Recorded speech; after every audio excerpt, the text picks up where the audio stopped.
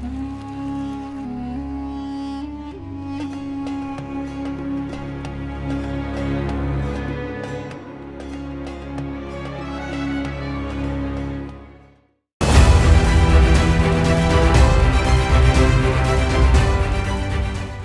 जब धर्म को क्षति पहुंचाई गई, जब जब पाप का घड़ा भरा, जब जब सृष्टि का संतुलन बिगड़ा और जब जब प्रभु के भक्तों ने खुद को संकट में पाया, तब तब सृष्टि के पालनकर्ता श्री विष्णु ने अपने अनेक रूपों में इस धरा पर अवतार लिया। प्रलय काल में वेदों और जीवों की रक्षा के लिए मत्स्य बनकर आए।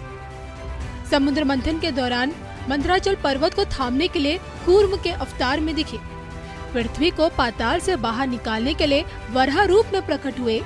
भक्त प्रहलाद के प्राण बचाने अपने नरसिंह रूप में आकर हिरण्यकश्यप का वध किया।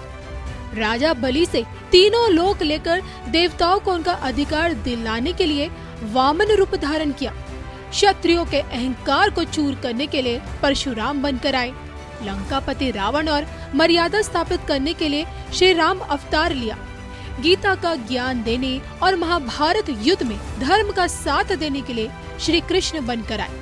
मानवता को शांति, अहिंसा और करुणा का पाठ पढ़ाने बुद्ध रूप में आए और अब कलयुग के अंत में धर्म की पुनः स्थापना के लिए उनके कल की रूप का इंतजार है।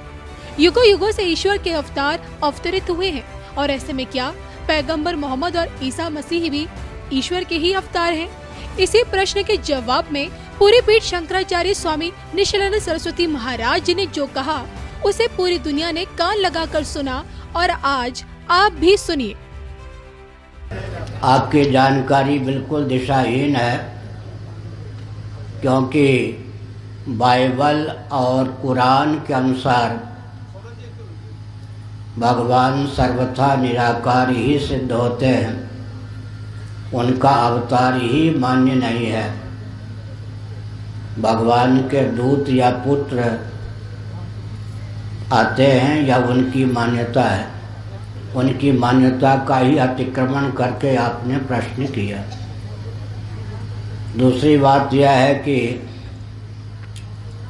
इस समय यदि भगवान का अवतार हो जाए तो आप में वह क्षमता है कि उनको सह सकें।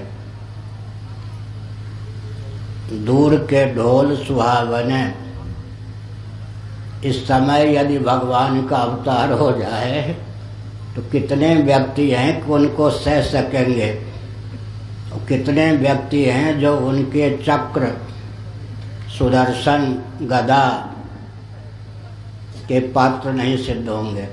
इसलिए भगवान उचित समय पर अवतार लेते हैं और भगवान अपने कारक कोटि के संतों, भक्तों को समय समय पर प्रेरित करके कार्य साधने का मार्ग प्रशस्त करते हैं। दूसरी बात यह है कि भगवान ने कहीं भी ऐसा नहीं कहा है कि मेरे अवतार के जो प्रयोजन हैं उन प्रयोजनों के अनुसार तुम प्रयास न करो। हम आप भी प्रयास करते हैं कि पिता पितामह के द्वारा जो दायित्व प्राप्त है उसका निर्वाह करें। प्रेरणा लेनी चाहिए भगवान के अवतार से कि जब भगवान अवतार लेते हैं तो विप्र, धेनु, सुर, संत की रक्षा के लिए वे भी बहुत यातना सहते हैं। हमारा दायित्व बनता है कि भगवान के नाम पर हम गौ माता को उत्पीड़ित होते हुए न देखें, गौ रक्षा का प्रयास करें, धर्म रक्षा का प्रयास करें। भगवान से तो चूक नहीं हो सकती। श्रीमद् भागवत का एक संकेत है, प्रहलाद को बहुत यातना हिरण्यकश्यपु ने दी।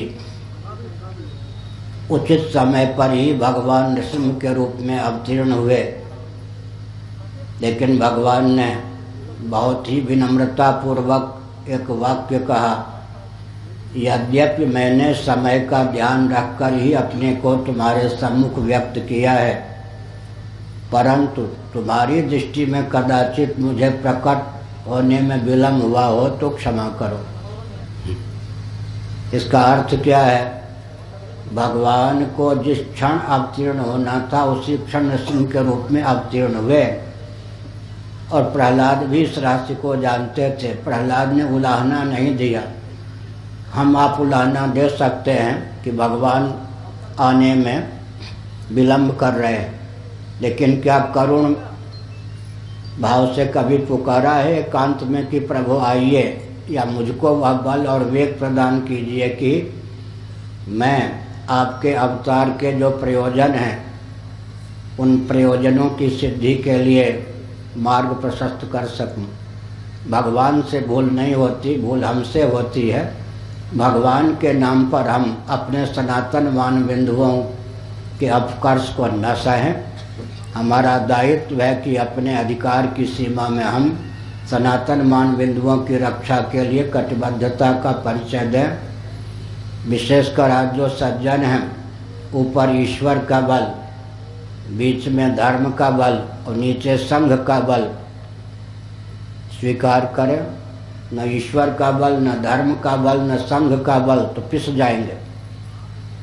सज्जनों का दायित्व होता है कि ईश्वर, धर्म और संघ तीनों का बल उनके जीवन में हो, तब सनातन मान बिंदुओं की रक्षा हो सकती है। अच्छा, भगवान रामभद्र के रूप में भगवान विष्णु का अवतार हुआ। रामभद्र के अवतार के पूर्व कितना अत्याचार था। उस समय के भी विश्वामित्र वशिष्ठ जी कह सकते थे कि आपने बहुत विलम्ब कर दिया, आपको पहले आना चाहिए था। कंस के शासनकाल में, दुर्योधन के शासनकाल में भी बहुत अत्याचार था, लेकिन किसी संत महात्मा ने श्री कृष्ण भगवान को उलाहना नहीं दिया कि आपको पहले आना चाहिए था। भगवान तो समय पर आते हैं। मोतियाबिंद पक जाए तब उसका चिकित्सक ऑपरेशन करते हैं। ठीक है, इसी प्रकार से भगवान को जब आना चाहिए तभी आते हैं। भूल हमसे होती है, समझ गए। राजधानी एक्सप्रेस भी लेट हो सकती है, होती है आजकल कोहरे के कारण। बिना कोहरे के भी ट्रेन लेट हो जाती है, लेकिन भगवान को तो समय पर ही सब कार्य करना होता है, समय पर ही वो अवतार लेते हैं। अगर सचमुच में आपके हृदय में वेदना है तो बहुत अच्छी बात है, मिलजुल कर काम कीजिए। मैंने जो कहा, सद्भाव पूर्वक संवाद के माध्यम से संघ बल का आलम्बन लीजिए और प्रशस्त मान बिंदुओं की रक्षा का मार्ग प्रशस्त कीजिए। आगे कोई प्रश्न?